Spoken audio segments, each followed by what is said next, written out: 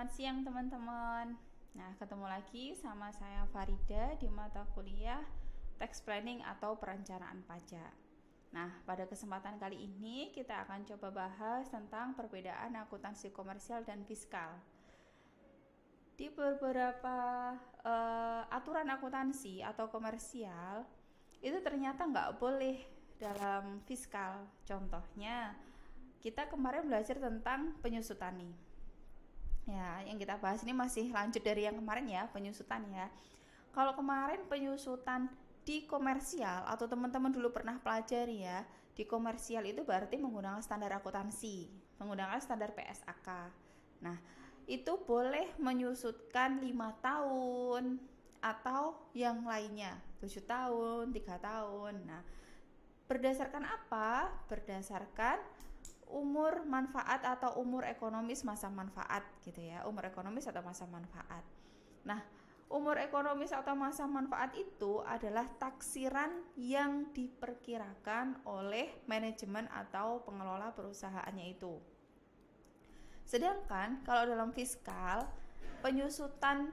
lama penyusutan atau masa manfaat penyusutan itu diatur dalam keputusan Menteri Keuangan. Ada yang 4 tahun, 8 tahun, 16, 12, dan 10 tahun. Selain itu, metodenya pun juga berbeda. Kalau dalam komersial atau menggunakan standarnya PSAK, standar akuntansi, dia boleh menggunakan garis lurus, jumlah angka tahun, saldo menurun, menurun ganda, metode jam jasa, dan lain sebagainya. Sedangkan kalau dalam pajak, standar pajak, akuntansi perpajakan, metode penyusutan yang digunakan adalah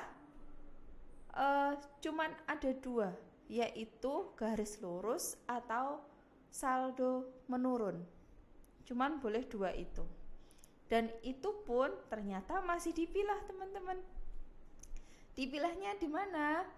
Kalau untuk bukan bangunan, kelompok 1, 2, 3, 4 boleh menggunakan salah satu satu dari 2 metode ini, yaitu metode garis lurus dan metode saldo menurun. Sedangkan kalau kelompok bangunan itu cuman boleh menggunakan metode garis lurus. Sehingga kita bisa merencanakan nantinya kira-kira supaya tidak lama di administrasi, supaya tidak salah dalam perhitungan perpajakan, supaya kita tidak salah dalam membayar pajak, maka kita perlu menghitung kira-kira kalau kita menggunakan standar fiskal itu berapa ya pajak yang harus kita bayarkan. Seandainya perusahaan menerapkan akuntansi komersial atau menggunakan standar PSAK, terus dia sebelum bayar pajak dia hitung dulu menggunakan standar pajak, itu sangat diperbolehkan dan itu tidak dipermasalahkan ya dalam pajak. Jadi misalnya jangan-jangan manipulasi dan lain sebagainya, tidak.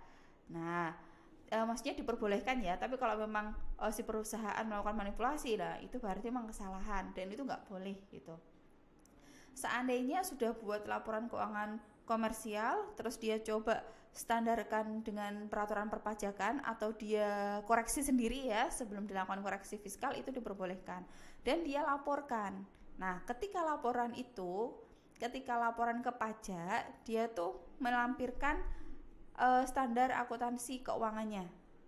Nah, melampirkan standar akuntansi keuangannya yang selama ini dia gunakan, yang waktu itu dia gunakan. Sedangkan untuk perhitungan berdasarkan fiskal itu yang dia koreksi tadi itu, dia koreksi sendiri ya. Dari komersial dia koreksi menggunakan standar perpajakan, itu sebagai dasar dia dalam membayar pajaknya. Nah, nanti di fiskal atau setelah dilaporkan bagi pajak akan dicek lagi kira-kira sudah benar atau belum. Gitu. Nah, kita akan coba nih sedikit belajar caranya. Coba kita bisa tahu ya perencanaan pajak dengan menggunakan metode garis lurus dan menggunakan metode saldo menurun. Nah, contoh ini ya, ini adalah hasil penelitian seseorang di salah satu perusahaan.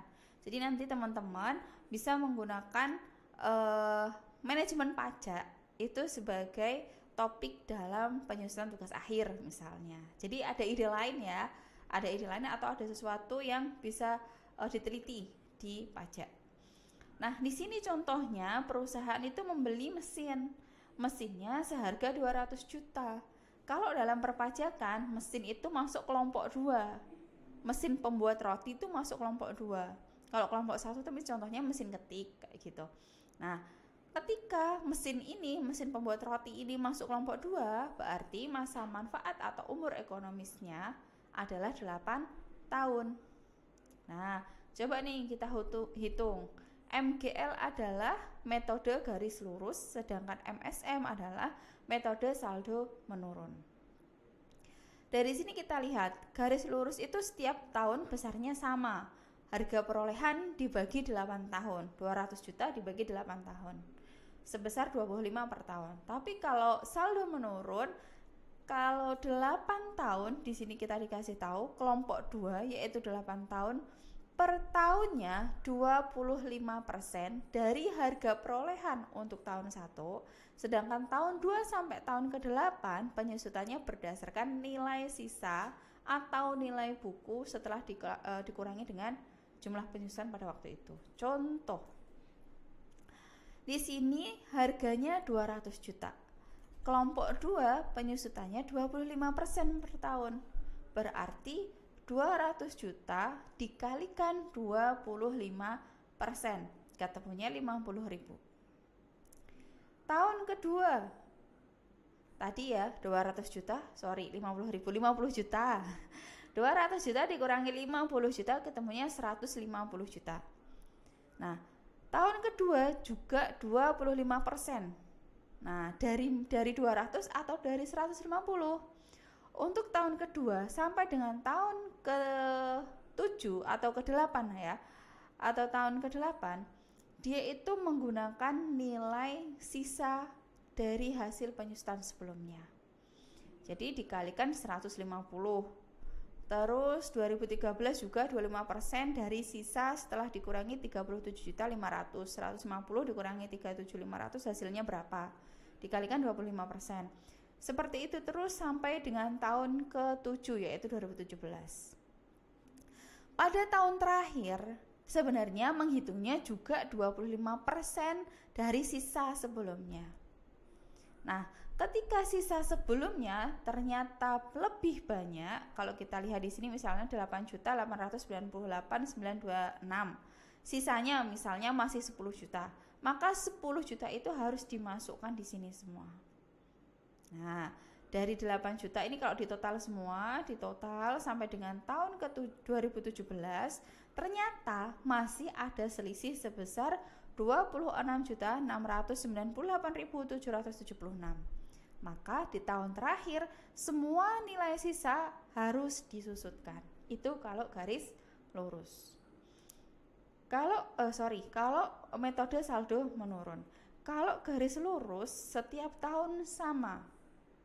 Jadi sebenarnya totalnya pada akhir tahun itu, pada akhir periode atau pada akhir masa manfaat hasilnya sama, yaitu 200 juta.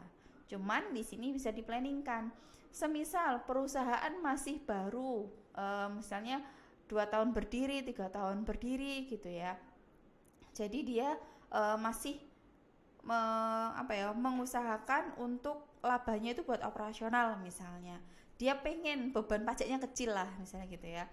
Nah, sehingga dia bisa menggunakan metode saldo menurun. Tahun pertama 50 juta, tahun kedua 37 juta, tahun ketiga 28 juta, 125. Itu kan semuanya di bawah dari 25 juta. Jadi selama 3 tahun kemungkinan besar pajak yang dia bayarkan jauh lebih kecil daripada menggunakan metode garis lurus. Sehingga dia bisa menggunakan laba buat operasional dia selanjutnya. Semisal perusahaan itu masih butuh modal yang cukup besar buat operasional dia, gitu ya. Nah, di sini contohnya. Semisal nih metode menurun, saldo menurun. Nah, ternyata kalau saldo menurun, misalnya perolehannya ada 200 juta, masing-masing sebenarnya di sini 25 juta ya, saya coba tutup di sini, saya coba tutup. Nah, 25 juta. Terus di sini dari tahun pertama sampai dengan tahun kelima aja. ini kan metodenya pajak nih. Ini metodenya akuntansi keuangan maupun akuntansi perpajakan 8 tahun. Tapi kalau di sini seolah-olah komersial, di sini komersial dia menyusutkan selama 5 tahun aja. Nah, komersial nggak apa-apa. Menurut komersial masa manfaatnya seperti itu kok, jadi nggak masalah gitu. Jadi dia cuma sampai 5 tahun aja. Sedangkan kalau menurut fiskal, mesin tadi adalah 8 tahun. Jadi ketika perusahaan menerapkan penyusutan seperti ini ya, kolom D, suatu saat ketika dia lapor pajak maka akan ada koreksi fiskal. Perhitungannya seperti ini. Nah, lebih lengkapnya bagaimana cara menghitung, kita akan lanjutkan di jadwal kuliah tax planning atau perencanaan pajak. Sekian dari saya, selamat siang. Wassalamualaikum warahmatullahi wabarakatuh.